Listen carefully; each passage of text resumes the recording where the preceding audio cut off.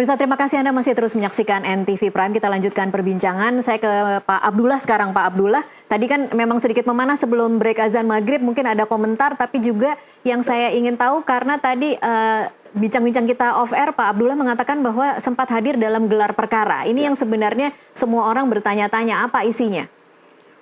Oke. Jadi begini, kemarin itu dilakukan gelar perkara khusus, yaitu karena permohonan dari kami, yang mana hanya kami diundang untuk gelar perkara khusus. Berarti kesimpulannya apa? Kesimpulannya dikatakan penyidikan sudah selesai ini, itu dibuka lagi. Oke. Ya, jadi belum benar-benar final ya nah, kemarin. Kalau memang sudah final, kenapa kami dipanggil gelar perkara? Ya kan? Itu penting. Ya kan? Berarti penyelidikan ya dihentikan, itu sebenarnya dibuka lagi karena ada gelar. Di gelar perkara itu agak menarik ya. Hampir semua unit di kepolisian itu ada Irwasum, ada kebagian hukum, ada Wasidik itu sendiri, kemudian ada Propam, ada banyak, ada puluhan lah kepolisi di situ gitu.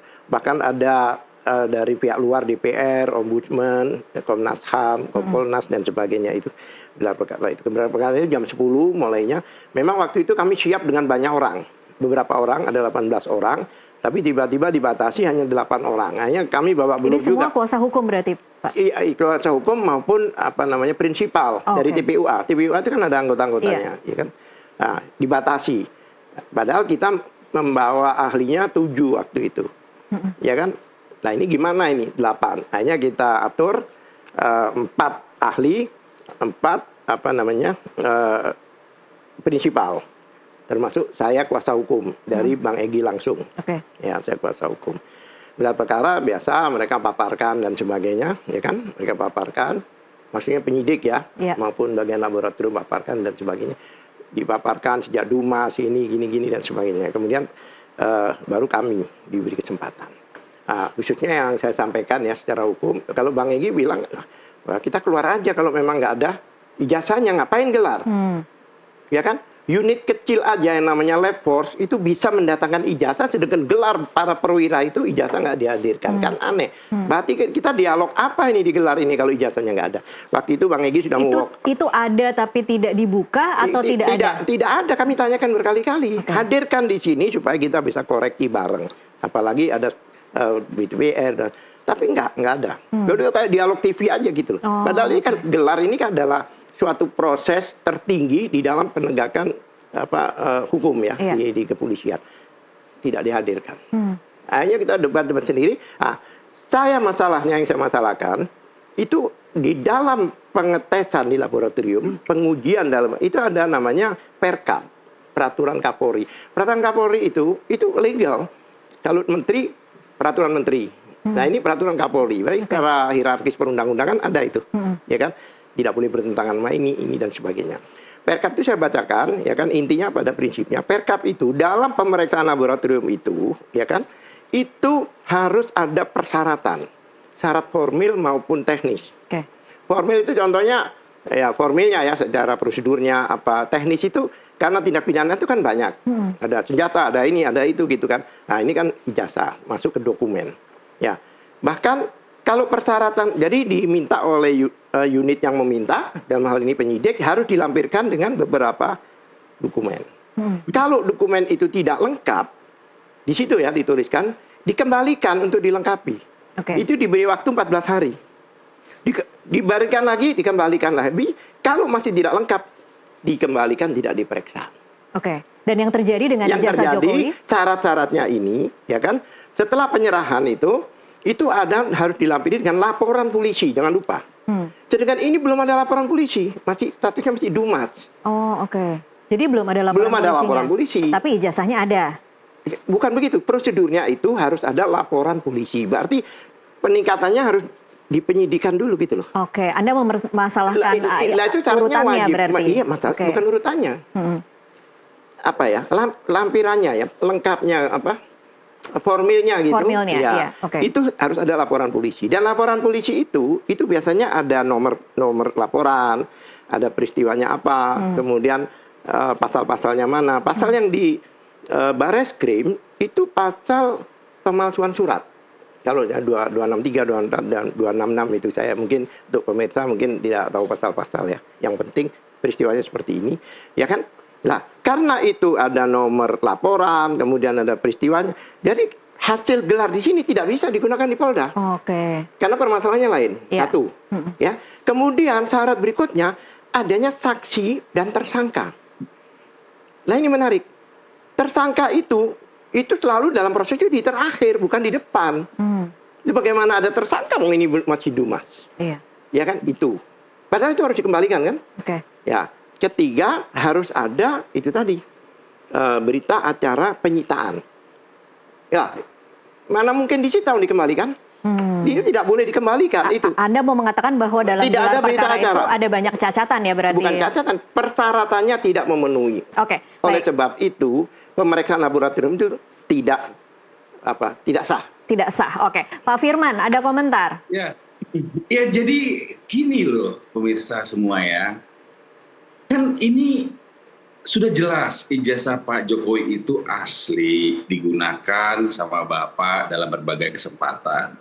Pengeluar ijazah sudah menyampaikan ijazah Bapak asli dan Bapak adalah sah sebagai alumni UGM Fakultas Kehutanan. Jangan dipaksakan itu menjadi ada pemalsuan. Ya, ini dulu nih. Jadi yang disampaikan sama Pak Abdullah, mohon maaf nih Pak Abdullah, itu penyesatan. Lah wong ini asli, kok dipaksakan prosesnya seakan-akan ada tindak pidana? Yang ingin saya sampaikan, ketika itu memang ada pengaduan dan tidak ada unsurnya dan dihentikan, ya selesai. Kenapa harus dipaksakan ini menjadi, ya lihat ini seperti ini dan sebagainya, ada perkap. Yang disampaikan perkap pun adalah perkap mengenai penyidikan. Yang mana hari ini kita sampaikan dalam proses penyidikan, Bapak tadi disita ijazah aslinya. Jadi kenapa harus jadi pusing muter-muter gitu loh. Jadi intinya itu sudah dihentikan, tidak ada unsurnya. Ya. Dan itu sudah disampaikan, walaupun ada gelar khusus segala macam itu adalah dalam rangka untuk membuat ini terang. Tidak ada proses yang salah pada proses kemarin.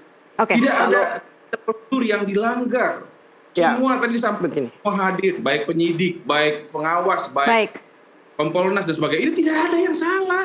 Sehingga saya sampaikan supaya ini lurus kepada masyarakat. Dan saya sampaikan hati-hati kita dalam, jangan sampai ada nanti ujaran-ujaran lain yang akhirnya menyesatkan. Saya hanya menyampaikan hari ini adalah fokus kepada laporan dugaan fitnah. Baik, Pak Firman, saya kasih kesempatan dulu ke Pak Abdullah ingin menanggapi. Iya, kan begini, kalau memang sudah dihentikan, kenapa ada gelar perkara?